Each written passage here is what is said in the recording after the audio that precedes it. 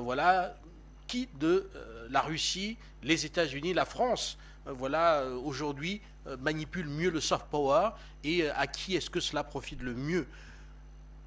Rapidement, je vous retrouve, professeur François Dengue. Alors, on a l'impression que les Américains, voilà, font de l'influence, mais sans jamais vraiment se faire voir, beaucoup plus par des outils de soft power. Ils sont là, ils atteignent des objectifs, mais sans jamais se faire voir. Qu'en pensez-vous?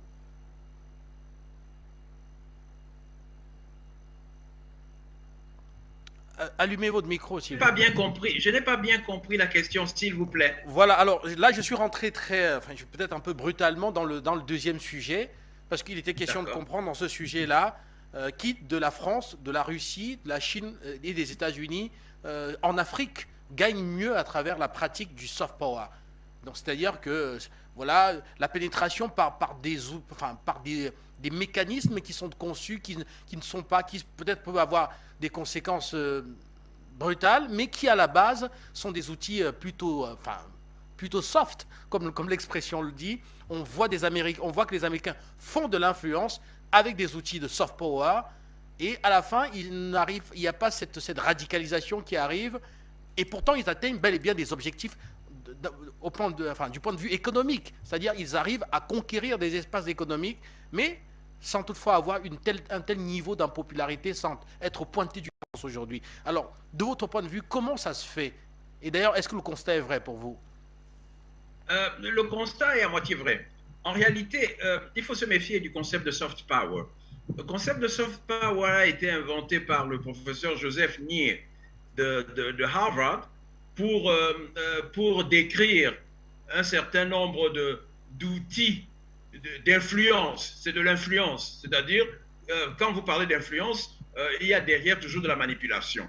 Donc, moi tout ce qui vient de Yankee, pour moi, c'est de la manipulation parce qu'ils n'agissent pas dans un contexte de compétition.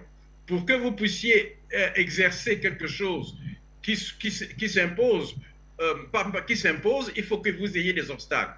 On dit bien qu'à vaincre sans péril, on triomphe sans gloire.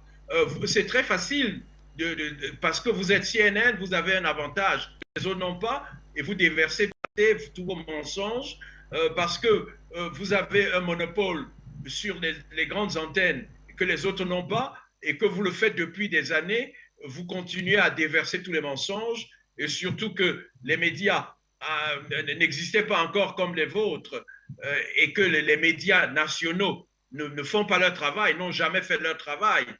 Tous les médias publics, comme on dit, gouvernementaux en Afrique, moi je leur donne 0/20 parce que ils ont vraiment 0/20 tous. Je n'ai aucune excuse pour eux.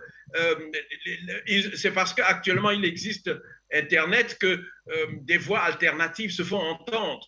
Pourtant, si ces médias nationaux faisaient leur travail depuis, c'est-à-dire donner la parole libre aux gens, au lieu de servir uniquement un gouvernement. Quand on dit médias publics, ça ne veut pas dire médias du gouvernement. C'est les médias de la population, c'est-à-dire que tout le monde, toutes les tendances devraient s'exprimer également. Or, ce n'est pas le cas. Et ces médias, ils ont des directeurs qui touchent des salaires qui sont supérieurs à ceux des présidents, des chefs d'État européens, et qui ne foutent rien du tout, et qui en font, s'il y avait la vivacité du débat que l'on voit aujourd'hui grâce notamment à Internet et des médias alternatifs qui s'ouvrent, on n'en serait pas là. Donc, la notion de soft power, ce n'est pas une notion fonctionnelle. Pour moi, ça relève de ce qu'en droit concurrentiel, on appellerait un abus de position dominante. Parce que le soft power devrait pouvoir s'opposer à un contre-power. Mais comme les Africains ne développent pas de contre-power, il n'y a pas de combat. Donc, les Américains peuvent se cacher et faire ce qu'ils font. Et là aussi, le système éducatif ne donne pas les outils aux Africains pour pouvoir affronter cela. Pourtant, même ce que vous appelez le soft power américain ne tiendrait pas une seconde à l'analyse si les Africains avaient des outils. Par exemple, je veux citer un seul exemple et je vais m'arrêter là. Est-ce que vous savez que la CIA, naturellement, vous savez que la CIA a contribué à faire assassiner Lumumba. Et alors, aujourd'hui, les Américains peuvent venir se présenter comme le Père Noël, dire qu'ils aiment les Africains, alors à aucun moment de l'histoire, Je dis, vous pouvez remonter aussi loin que possible. À aucun moment, aucun gouvernement américain n'a pris des positions pro-africaines. Donc, je parlais du cas de Lumumba. Est-ce que vous savez que c'est un agent de la CIA en Afrique du Sud, dont j'oublie le nom, je pourrais vous le redonner si ça me revient en tête, qui a donné le renseignement pour faire arrêter Nelson Mandela? C'est un agent des services. Et de quel soft power américain voulez-vous me parler? Quand le gouvernement américain, en collaboration avec le gouvernement de l'apartheid, fait arrêter le plus grand combattant anti-apartheid de l'époque, Nelson Mandela, et ensuite il sera condamné à 27 ans de prison, et le gouvernement américain va continuer à collaborer avec le gouvernement de l'apartheid. L'ANC a été déclarée organisation terroriste. Nelson Mandela était considéré comme un terroriste. Et même quand il est arrivé aux États-Unis d'Amérique, il était encore là. Le gouvernement américain n'avait pas encore délisté l'ANC. L'ANC était encore considérée comme une organisation terroriste. Quand vous avez une information comme celle-là, et que CNN cache, que tous leurs médias à leur disposition cachent, de quel soft power s'agit-il? D'un soft power de mensonge? Je vous ai dit qu'il existe des mensonges par omission. Et je pourrais vous citer toute la liste de tout ce que le gouvernement américain, à quelque époque que ce soit, même le président Carter, qui était pourtant un homme de principe, un homme qui avait un minimum d'éthique. Mais si vous savez ce qu'il a fait contre les Africains, au début, quand il est arrivé en 1976, il voulait moraliser un peu la politique étrangère américaine. Mais quand il y a eu, quand Valéry Giscard d'Estaing a envoyé des soldats pour sauter sur Kolwezi et pour briser la rébellion des Africains dans le sang, le président Carter aussi a dit « Ah, c'est les communistes ». Et du coup, il a tout changé et il est devenu un des meilleurs amis de l'apartheid. De quel soft power américain voulez-vous parler? Parce qu'ils n'ont pas en face d'eux des gens qui ont du répondant. Est-ce que vous savez ce que les Américains, les Américains ne peuvent pas venir en Afrique et dire qu'ils font des soft power pour ceci? Comment traitent-ils les Noirs aux États-Unis? Est-ce que vous savez que dans la Constitution des États-Unis d'Amérique, c'est écrit qu'un homme noir vaut 3/5 d'un homme blanc? De quel soft power voulez-vous parler? Parce qu'on n'informe pas les Africains. Je vous dis que la Constitution des États-Unis d'Amérique, les pères fondateurs américains ont écrit noir sur blanc qu'une personne noire vaut 3/5 d'une personne blanche. De quel soft power voulez-vous parler? Et aujourd'hui, je suis sidéré de voir qu'un dirigeant américain peut venir donner la morale. Même si nous avons des dictateurs, c'est nos dictateurs, c'est nous qui devons nous en occuper. Mais un dirigeant américain ne peut pas venir. Moi, je suis président, enfin, je n'ai pas besoin d'être président, même je suis maire. Un dirigeant américain ne peut pas venir faire de la morale à un dirigeant en Afrique, même s'il est le plus grand voleur du monde. Vous avez écrit qu'un homme noir est 3/5 d'un homme blanc. Mais parce qu'on n'enseigne pas ça, les gens voient soft power. Mais c'est quoi la soft power américaine? Une soft power de mensonge? Une soft power qui vous traite moins que rien? Donc, vous avez le devoir, puisque vous avez une audience, de faire de l'information. Et moi, je ne fais que de l'information. Je ne mens pas. Et tout ce que je dis est sourcé. Et vous pouvez aller lire. Ils ont modifié à un moment donné, mais c'était écrit, les pères fondateurs, ceux qui se sont réunis pour écrire la Constitution des États-Unis l'ont fait ainsi. Alors que les Noirs n'avaient ni le droit de vote, ni le droit de se présenter. Mais les pauvres étaient chicotés, étaient fouettés et travaillaient pour rien pendant 400 ans. De quelle sorte power un blanc américain peut venir parler à un autre? J'entends les Joe Biden qui menacent les Africains. Oh, si vous allez avec les Russes, vous allez voir. J'entends même cette femme noire, qui est Madame Linda qui dit « Ah, attention, vous allez subir des sanctions parce que vous allez faire alliance. » Mais les Russes sont les seuls blancs, c'est le seul peuple blanc qui s'est mis du côté des Noirs. Et ça, je peux revenir à l'histoire de Hannibal. C'est la Russie. La Russie est fidèle, c'est le seul peuple blanc connu qui a pris le parti pris des Noirs. les Russes se sont battus dans l'armée de Ménélik, la fameuse bataille d'Adwa, du 1er mars de 1898 ou 96, je ne me rappelle plus, dans ces doigts. Les armes russes étaient déjà sur le terrain. Les soldats russes se battaient du côté des Africains contre l'impérialisme italien. Et c'est ces gens qui nous ont aidés depuis toujours que nous allons, on va nous forcer, ceux qui étaient les nôtres, ceux qui ont traité les nôtres moins que rien, ont le courage de venir nous parler parce que nous avons des dirigeants qui n'ont pas de colonne vertébrale, qui ne peuvent pas leur répondre. Mais c'est incroyable. Nous vivons, et on vient nous parler de quel soft power? Il n'y a pas de soft power. Et pour terminer, je veux vous donner une ou d'autres informations. Est-ce que vous savez que la Cour constitutionnelle américaine, la Cour suprême américaine, qui est l'organe qui fait la loi aux États-Unis, il n'y a rien au-dessus d'elle. C'est elle, en fait, qui est un organe de raciste. La Cour suprême, dans un arrêt de mars 1857, a écrit, écoutez bien, que l'homme noir n'a pas de droit qu'un homme blanc est tenu de respecter. Je répète, l'homme noir n'a pas de droit qu'un homme blanc est tenu de respecter. Voilà une décision de la Cour suprême américaine. Est-ce qu'elle s'est jamais dédite? On s'étonne après que l'on tue les Noirs, que la police tue les Noirs, etc. Et les gens ne font rien. Et les dirigeants africains ferment leur gueule parce qu'ils ont peur, parce qu'on les corrompt avec 3 ou 4 billets de dollars. C'est pas ça. Il faut regarder l'histoire, il faut étudier l'histoire. L'histoire est triste, les gens nous ont fait du mal, continuent à nous faire du mal, mais de grâce, qu'ils ne viennent pas en plus ajouter, se poser en donneur de leçons, surtout sur le plan de l'éthique. Ce n'est pas possible. Donc, pour résumer, pour moi, la notion de soft power ne peut fonctionner que devant un public qui n'a pas la connaissance, qu'on empêche d'accéder à la connaissance, surtout quand cette leçon vient de ceux qui nous ont traités et continuent de traiter. Ce n'est pas terminé et continuent de traiter comme c'est le cas. Et qui veulent nous donner des oukases pour nous empêcher de nous unir avec le seul peuple blanc, donc blanc, c'est-à-dire la Russie, qui a permis au cours de l'histoire que les Africains essaient. Si même aujourd'hui, vous voyez, les choses s'arrangent, on n'a pas vraiment besoin d'inventer.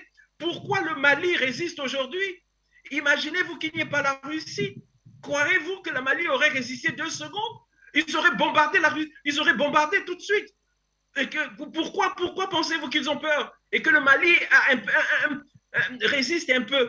S'il n'y avait pas la Russie, pensez-vous qu'ils n'auraient pas déjà fait du Mali ce qu'ils ont fait à Kadhafi? Et maintenant, j'en prends qu'on veut donner des comptes. On montre le doigt à ceux qui viennent de prendre le pouvoir au Burkina. Surtout pas les Russes, surtout pas les Russes. Et Wagner. Mais qu'est-ce que Wagner a fait? Mais les Burkinabés sont chez eux. Vous étiez là si vous aviez montré votre efficacité. Ils n'en auraient pas besoin. Les Russes, moi, écoutez, vous pouvez dire ce que je veux, ce que vous voulez, mais moi, je m'en tiens à l'histoire. Jusqu'à présent, la Russie a été la seule. Je vous ai cité l'exemple de Ménélik. Je peux vous citer de Ménélik Kiskelité. Je peux vous citer même les Nations Unies.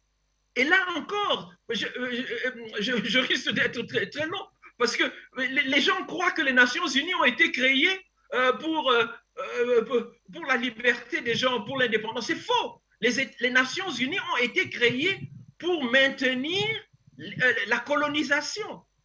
Les Nations Unies sont créées le 8 octobre 1945. Pourquoi? Ces pays, l'Angleterre et même l'Espagne, le Portugal, la France avaient des colonies. Si les Nations Unies voulaient la liberté des peuples, ils auraient tout de suite introduit l'indépendance. La Russie était le seul pays, ils avaient 5 membres du Conseil de sécurité et il y avait 4 qui étaient contre l'indépendance. Il y avait la Chine, qui n'était pas encore la Chine de Mao, c'était la Chine de Chiang Kai-shek, et puis les 3 que vous connaissez, l'Angleterre, les États-Unis et la France.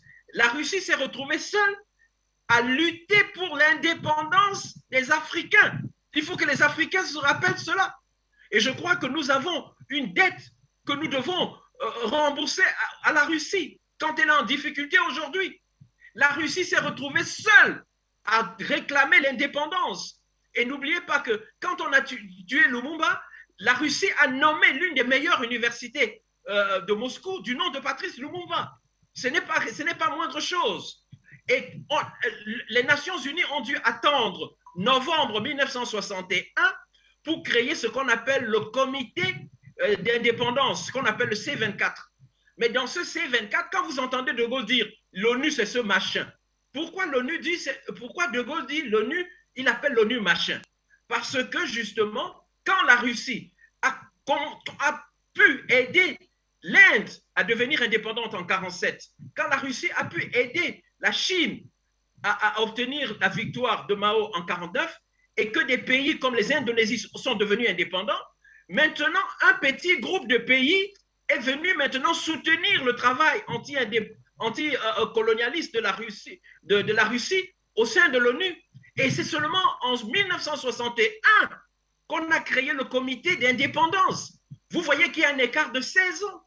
Pourquoi il y a cet écart de 16 ans? Si les autres pays voulaient l'indépendance, si l'ONU même, parce qu'aujourd'hui, j'ai assisté à plusieurs sommets de l'ONU à New York, et je vois les chefs d'État africains qui défilent et qui disent « Ah, notre ONU, notre organisation ». Ce n'est pas notre organisation, nous n'étions pas là. Et cette organisation a soutenu, a renforcé la main des colonialistes. Si la Russie n'était pas là, probablement l'Afrique serait encore sous les colonies aujourd'hui. Donc, ce comité de 24 est créé en 1961, et ce comité commence maintenant l'Afrique pour l'indépendance parce que la Russie a pu amener d'autres dans le camp anti-impérialiste. Et c'est ce comité dans ce comité, il y a les États-Unis, il y a aussi la France, qui freinent des quatre feux. C'est pour ça quand on demande, quand le combat va vers l'indépendance, De Gaulle ne veut pas l'indépendance et il appelle l'ONU ce machin. En réalité, c'est le comité, le C24 que l'ONU appelait ce machin, parce que ce comité, même l'Iran était arrivé à ce moment, la Syrie est venue renforcer le camp des indépendantistes. Les Africains ont oublié tout cela, parce qu'on les enfume avec ce que vous appelez la soft power. Malheureusement, les Russes ne sont pas des gens qui font de la propagande, ce sont des gens très pragmatiques, ce sont des gens qui n'ont pas de temps à perdre à faire de la propagande, de l'entourloupe, et ils ne sont pas compris. Et c'est un tort pour eux. Ils devraient, parce qu'ils ont beaucoup d'actifs en faveur qu'ils ont fait pour l'Afrique. Et s'ils n'étaient même pas là aujourd'hui, et je veux terminer là sur ce que j'ai déjà répété, je vous assure que même le petit ébranlement que l'on voit d'indépendance qu'il y a pour l'Afrique n'existerait pas. Et je ne vous dirai pas tout ce que la Russie a fait dans le combat contre l'apartheid. Et elle est seule. Elle était seule. Les États-Unis étaient les grands amis de l'apartheid. La France de Charles de Gaulle jusqu'à Mitterrand, ils étaient tous des grands amis de l'apartheid. L'Angleterre, n'en parlons pas. Mais c'était tous des grands amis de l'apartheid. Ils viennent aujourd'hui, les dirigeants africains, comme s'ils n'avaient pas de mémoire, ils disent « Oh, l'aide au développement, on va se faire aider, etc. » Et je ne raconte pas de bobards. Nous sommes là devant des faits historiques. Il suffit simplement de rappeler cela pour que les faits mensongers, manipulateurs de ce que vous appelez soft power soient éliminés. Enseignez tout ça dans l'histoire. Allez voir ce qui s'est passé et essayez d'informer les gens. Merci. Merci à vous, professeur Ndegwe. Je pense qu'il faut peut-être faire une précision. Alors, le fait de dire soft et power par la suite, déjà, voudrait dire qu'on ne dit pas que c'est une bonne chose. Parce qu'il y a toujours du contrôle, il y a toujours de la domination. Maintenant, ce sont les choses qui veulent changer. Et sans toutefois dire que c'est une bonne chose.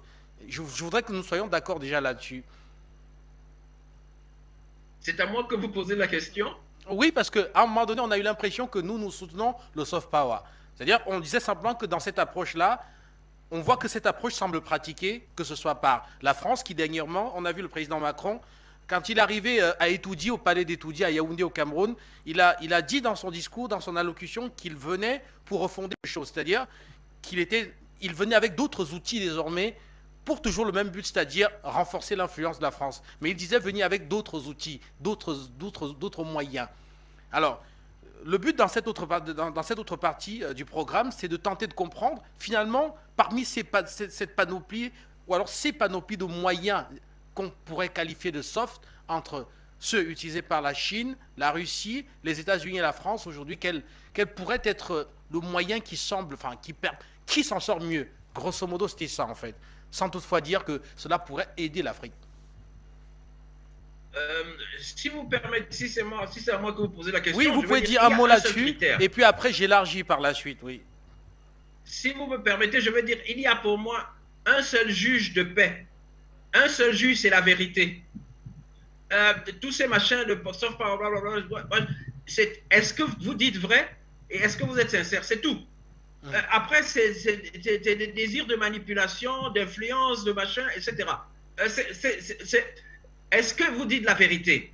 Par exemple, puisque vous avez cité le président de la République française, vous savez que lors de son discours aux ambassadeurs, il a dit explicitement, et j'étais époustouflé, de dire que désormais, les ambassadeurs français et même le service médiatique français, c'est-à-dire France 24 et toutes leurs machines de propagande, devraient se mettre en route pour combattre les réseaux sociaux d'Africains. Mais j'étais époustouflé. Si le président d'un pays comme la France pense que le meilleur travail de ses ambassadeurs, c'est d'aller sur les réseaux sociaux pour combattre les Africains, parce que soi-disant, il y a un sentiment anti-français, c'est que vraiment, il n'a pas grand-chose à faire. Surtout dans l'époque actuelle. Parce que si vous regardez même, il n'y a pas un endroit où le président français est moqué, insulté, piétiné, que dans des réseaux sociaux français. Il existe des réseaux sociaux, je peux vous les nommer, qui insultent le président français, qui le traitent moins que rien, qui crachent sur lui, mais il ne s'occupe pas d'eux. Pourquoi devrait-il aller non seulement s'occuper des réseaux sociaux africains et demander de mettre en branle tout l'appareil diplomatique français? Voilà, et justement, professeur Ndewe, alors quand on parle des outils du soft power aujourd'hui, on voit également le soft power médiatique. Vous avez cité tout à l'heure CNN. Quand on regarde les médias du groupe France Média Monde, on voit que ce sont des médias qui appartiennent au Quai d'Orsay, qui est le ministère français des Affaires étrangères. Alors, à partir de là, est-ce qu'on ne peut pas les considérer comme étant des outils justement de soft power? Ça, c'est d'un. Et de deux, est-ce qu'en Russie également, il n'y en a pas? Est-ce que la Russie aussi n'a pas mis sur pied des outils médiatiques dits de soft power? On peut voir RT, Russia Today. On peut voir d'autres. Récemment, Facebook d'ailleurs a fait suspendre des dizaines, voire des centaines de comptes sur Facebook reconnus officiellement comme étant influencés directement par le ministère français de la Défense et aussi reconnus comme étant utilisés directement par la Fédération de Russie. Donc ma question est simple. De tous ces États dont il est prouvé qu'il y a des outils de soft power qui sont aujourd'hui déployés en Afrique, quel est celui qui pour vous est moins toxique pour les Africains? Vous allez on va me dire que je suis pro-Poutine. Ce n'est pas ça. Pour moi, d'emblée, tous les médias, tout le système, soit que vous appelez occidental, pour moi, c'est de la pourriture. Ce n'est même plus la peine de les regarder. Et vous venez de voir qu'ils sont incapables de supporter la concurrence. C'est pour ça qu'ils ont dû interdire toutes les chaînes qui ne disaient pas ce que ces médias veulent faire avaler par leurs auditeurs. Et je suis vraiment, nous vivons des gens qui, intellectuellement, pour moi, c'est un régal de voir que ceux qui, depuis des siècles, pérorent, donnent des leçons sur la liberté d'expression, sont les premiers à interdire la liberté d'expression. Vous vous rappelez souvent, vous êtes journaliste, dans vos études de journaliste, vous avez dû apprendre cela sans doute.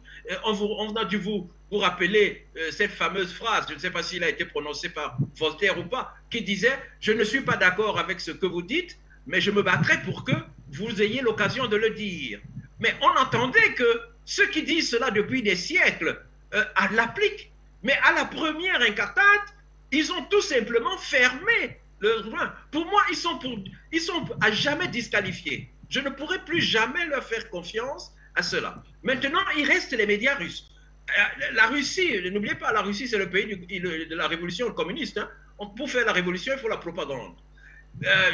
Ils ont sûrement leur façon de faire leur propagande, mais à la différence des autres, ils n'ont pas axé leur flux de soft power, comme vous dites, ou leur flux de propagande sur l'Afrique.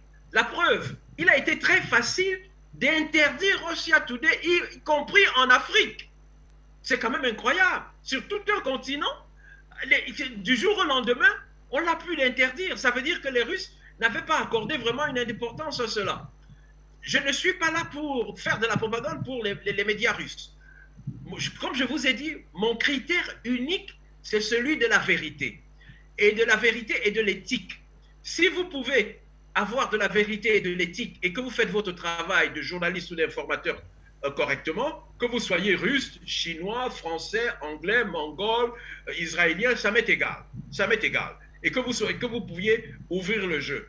Donc, à ce point de vue, si vous voulez une réponse, parce que les choses ne sont pas toujours dichotomiques, ce n'est pas binaire, mais moi, je vous dis, je balaye désormais et pour toujours, je ne pourrai plus jamais faire confiance à ces médias, parce que ces médias, d'ailleurs, nous ont toujours fait du mal.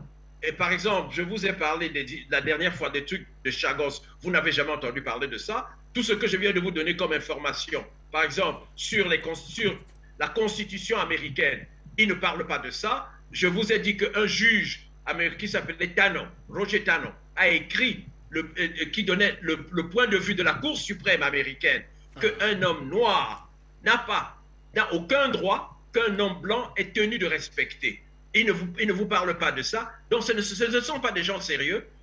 Mieux vaut les mettre de côté. Et pour les Russes, si les Russes viennent et font des mensonges, nous les mettrons aussi de côté. Le critère, le juge de paix doit être le critère de la vérité. Et avec la vérité, et bien voilà. sûr, une déontologie. Voilà. Achille Eke, je vous retrouve très rapidement. On a écouté le professeur pendant longtemps. Mais je pense que c'était important parce qu'il fallait comprendre véritablement le fond de sa pensée et son positionnement, notamment sur la question, sur cette notion de soft power.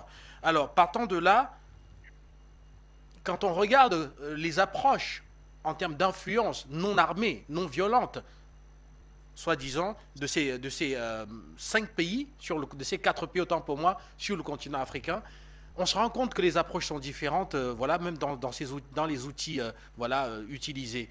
D'un côté, il y a la France et les États-Unis qui arrivent avec les valeurs, en mettant en avant les valeurs occidentales, en disant qu'ils sont là pour promouvoir les libertés, les droits de l'homme, pour promouvoir l'inclusion sociale, etc., etc. Et d'un autre côté, on a la Chine, par exemple, qui est plus réaliste et qui arrive à travers ces organisations, juste pour dire on va vous aider en vous apportant ce qu'on peut vous donner et puis on évolue ensemble.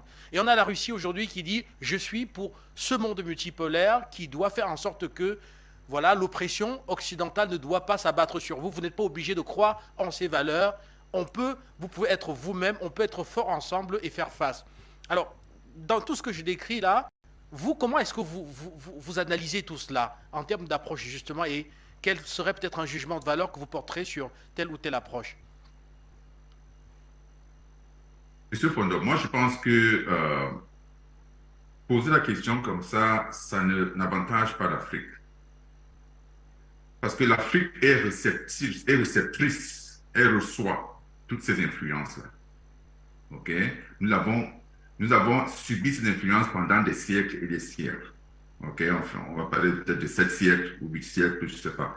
Mais en fait, poser la question comme ça ne nous sert pas à grand-chose. Parce que vous êtes en train de demander de mesurer qui a plus d'influence sur l'Afrique, sur les Africains. Est-ce que c'est les Américains, les Russes, les Chinois, Alors, etc. je respecte, peut-être que je n'ai peut-être pas bien formulé ma question telle que je la conçois. Alors, je voudrais simplement bien comprendre si les Africains ont conscience de ce qu'en réalité, toutes ces puissances en Afrique font de l'influence. Que ce soit en hard power ou en soft power. Et à partir de là, vous posez la question à vous, en tant qu'intellectuel, de savoir quel est le regard que vous portez sur les approches. Pas pour dire si telle approche est meilleure que l'autre.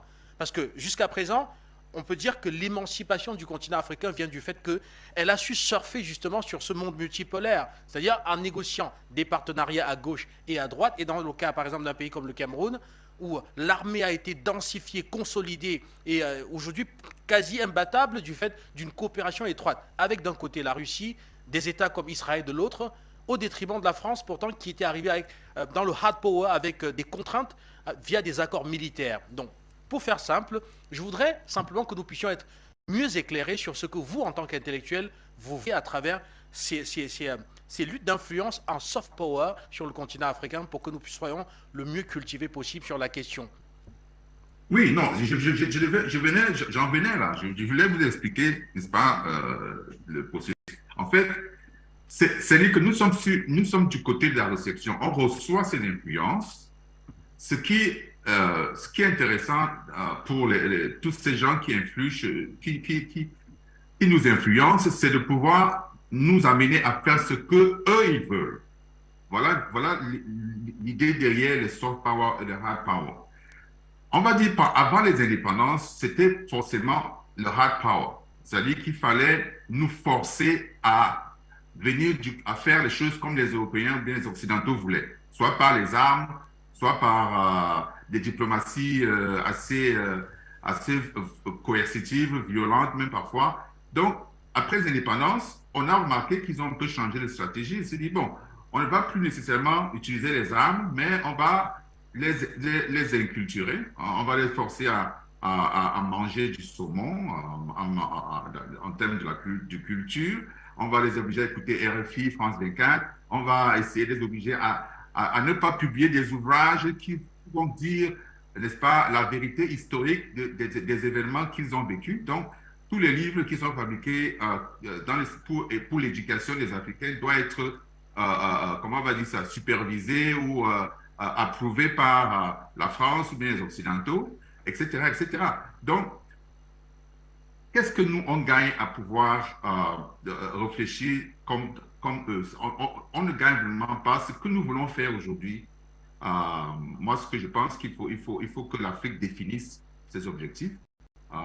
Je pense qu'il y a un vent nouveau, il y a une jeunesse nouvelle, il y a un environnement nouveau et il y a des conditions nouvelles sur le plan économique, n'est-ce pas, sur le plan mondial. Il faut que l'Afrique, par rapport à toutes ces influences-là, essaie de sortir, essaie de trouver sa place.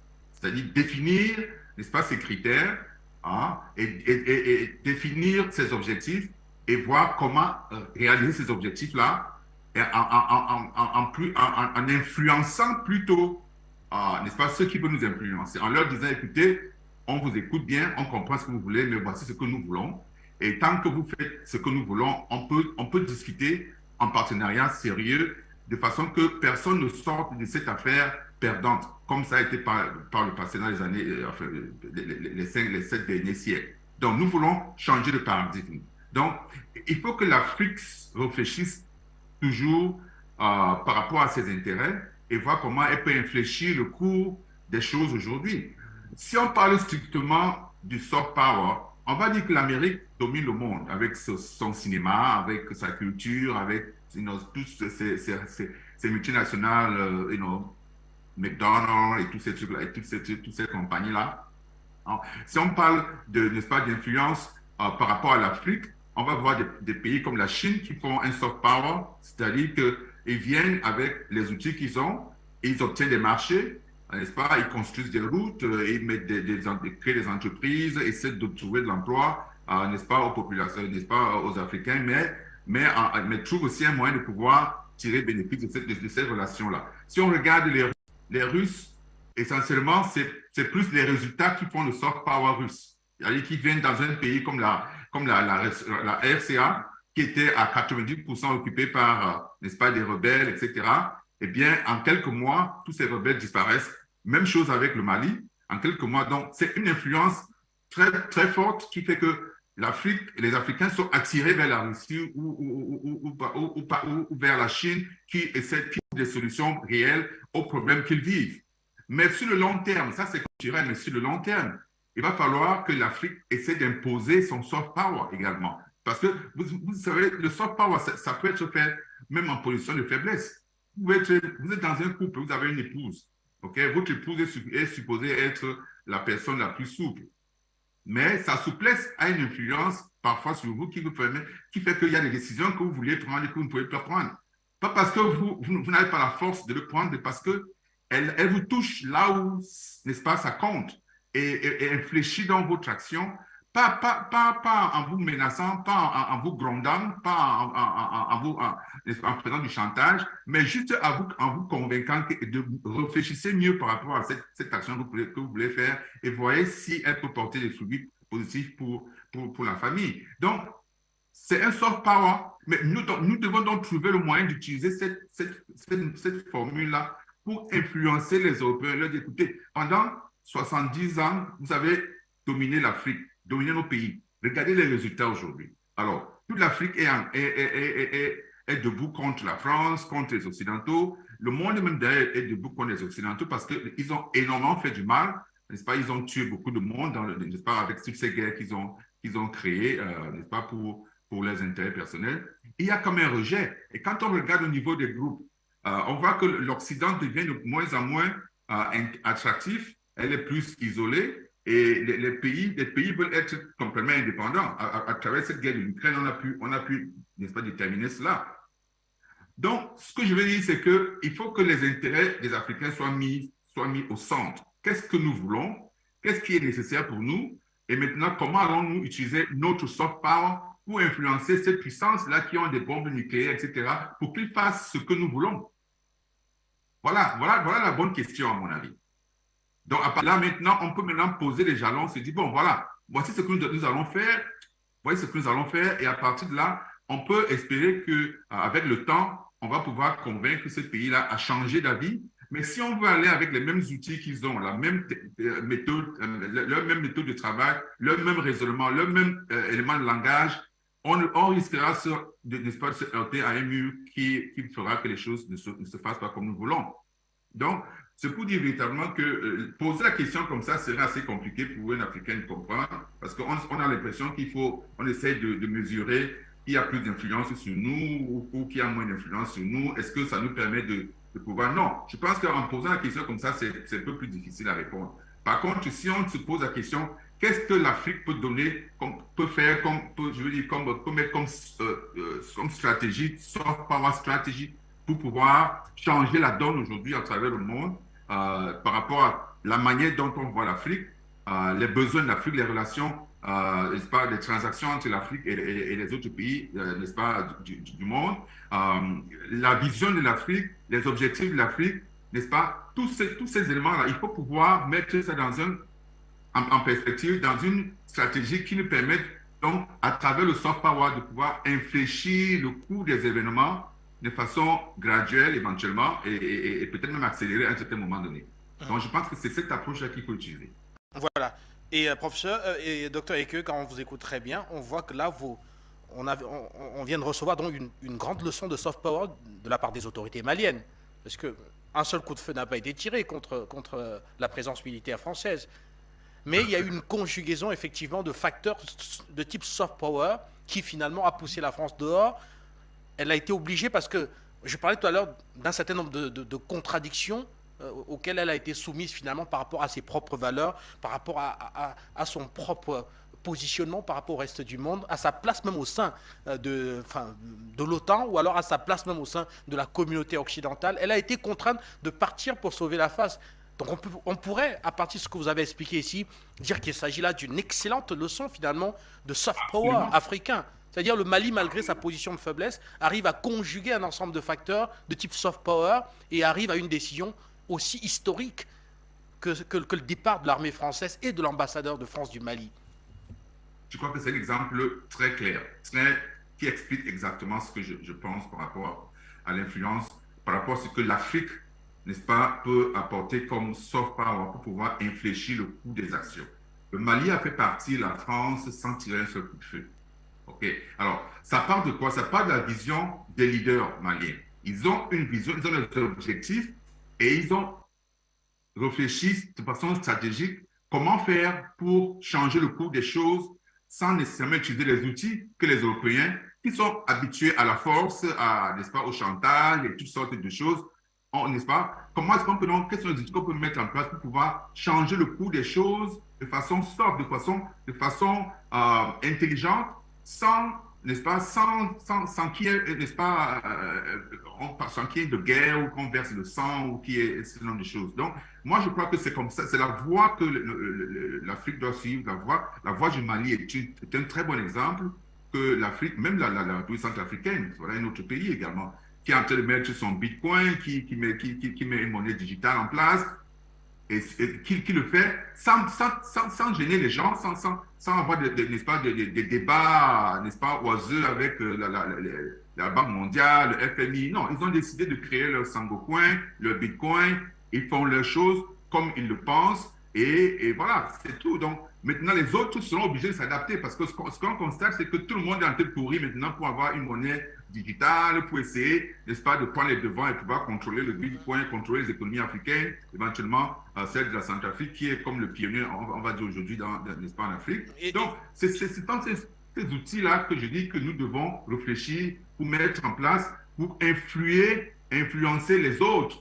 Parce qu'on ne doit pas être seulement sur, n'est-ce pas, comme un réceptacle. On doit pouvoir aussi offrir et amener les autres à nous suivre, n'est-ce pas, dans ce que nous voulons faire, et donc les amener à faire ce que nous voulons, et non plus l'inverse. Et voilà, et c'est ce que la France a fait.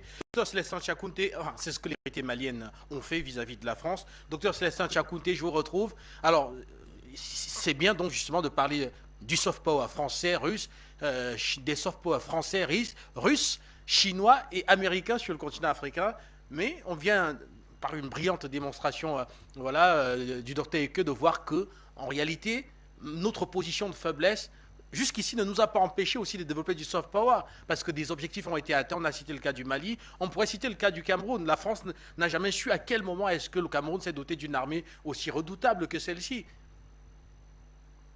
Oui, oui, absolument. Déjà, bon, le soft power lui-même, c'est vrai, ça existe depuis toujours. Docteur Eke l'a dit, les Américains sont des champions, tout le monde le sait.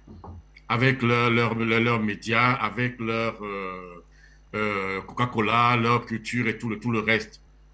Mais ce qu'il faut d'abord remarquer, c'est que ça ne fonctionne plus. C'est-à-dire que ça a fonctionné pendant un certain temps sur nous. Ça nous a fait croire qu'à part le bloc occidental, il n'y a personne. À un moment donné, nous savions que les meilleures universités c'était en France, dans le monde, que les meilleures universités dans le monde c'était en France. Malheureusement, voilà ce qu'on a. Jusqu'à ce que les Français eux-mêmes se retrouvent, je ne sais pas, la 12e, 14e place dans un concours international de mathématiques. Voilà, je vois 30e place même d'ailleurs, pas 12e. Donc, quand on regarde tout ça, maintenant, l'Afrique se réveille parce que quand vous voyez ce flow, c'est un peu comme du marketing. Et ce qu'on enseigne dans le marketing, c'est que si vous faites du marketing, si vous vendez vos produits, vous devez dire à peu près la vérité, même s'il faut exagérer un peu. Mais s'il n'y a rien en dessous, ça ne durera pas longtemps. C'est ce qui est en train de se passer aujourd'hui. Je crois que le professeur Dengue a dit quelque chose tout à l'heure. C'est que la Russie n'a jamais attaqué l'Afrique. Donc maintenant, les Occidentaux nous ont toujours embarqués derrière eux. Nous sommes avec eux. On m'a enseigné au cours moyen 1, je me rappelle, que la France est la mère du Cameroun, ce qui aujourd'hui, ce qui est une absurdité. Ça veut dire qu'avant la France, on n'existait même pas du tout. Donc, on nous a fait le lavage de cerveau que nous dépendons de la France, c'est la France qui a tout.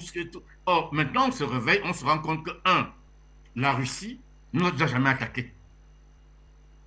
J'apprends même là aujourd'hui que depuis dans la guerre de Ménélique, l'armée russe a combattu.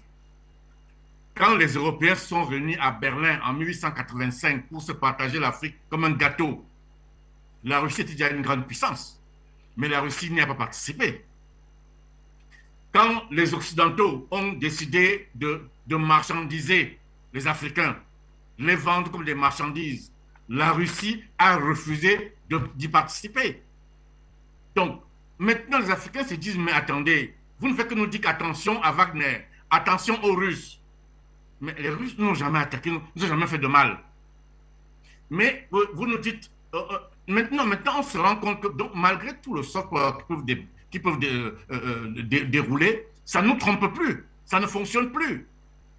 Parce que vous n'allez pas dire quelqu'un qui est en train de violer vos soeurs, votre mère tout le temps, il fallait que quelqu'un d'autre vous dise non, celui-là est pire que moi, mais l'autre n'a jamais fait du mal. Alors, c'est très simple. Aujourd'hui, les Africains ont dit, c'est ce qui s'est passé au Burkina. C'est pour ça que les Burkinabés sont sortis dans la rue avec les drapeaux russes pour dire que nous ne voulons plus de la coopération française.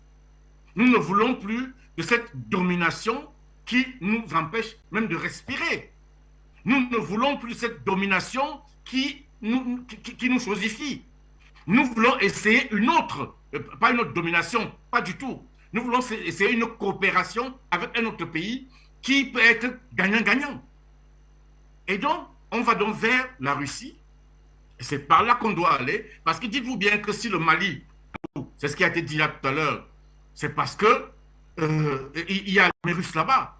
Sinon, l'armée française aurait dû attaquer le Mali. Pourquoi elle n'attaque pas le Mali aujourd'hui? Parce que l'armée française sait que si elle entre aujourd'hui au Mali, elle va se retrouver nez à nez avec son pire cauchemar, qui est l'armée russe. Donc, c'est pour ça que le Mali tient. Donc, nous sommes engagés maintenant dans une autre coopération avec la Russie, avec la Chine, avec d'autres pays comme le Brésil, la Corée du Sud. Nous allons diversifier pour trouver notre chemin, pour bâtir notre relation. Et surtout, la Russie aussi a la même vision stratégique que nous, qui est d'un monde multipolaire. Parce que le problème des Occidentaux, c'est qu'il faut un monde unipolaire, dominé par les États-Unis d'Amérique. Voilà voilà leur doctrine, voilà leur religion. Il faut que le monde soit soumis aux Américains. Et donc, ce n'est pas l'ambition des Russes. Poutine l'a dit plusieurs fois. Ils sont pour un monde multipolaire.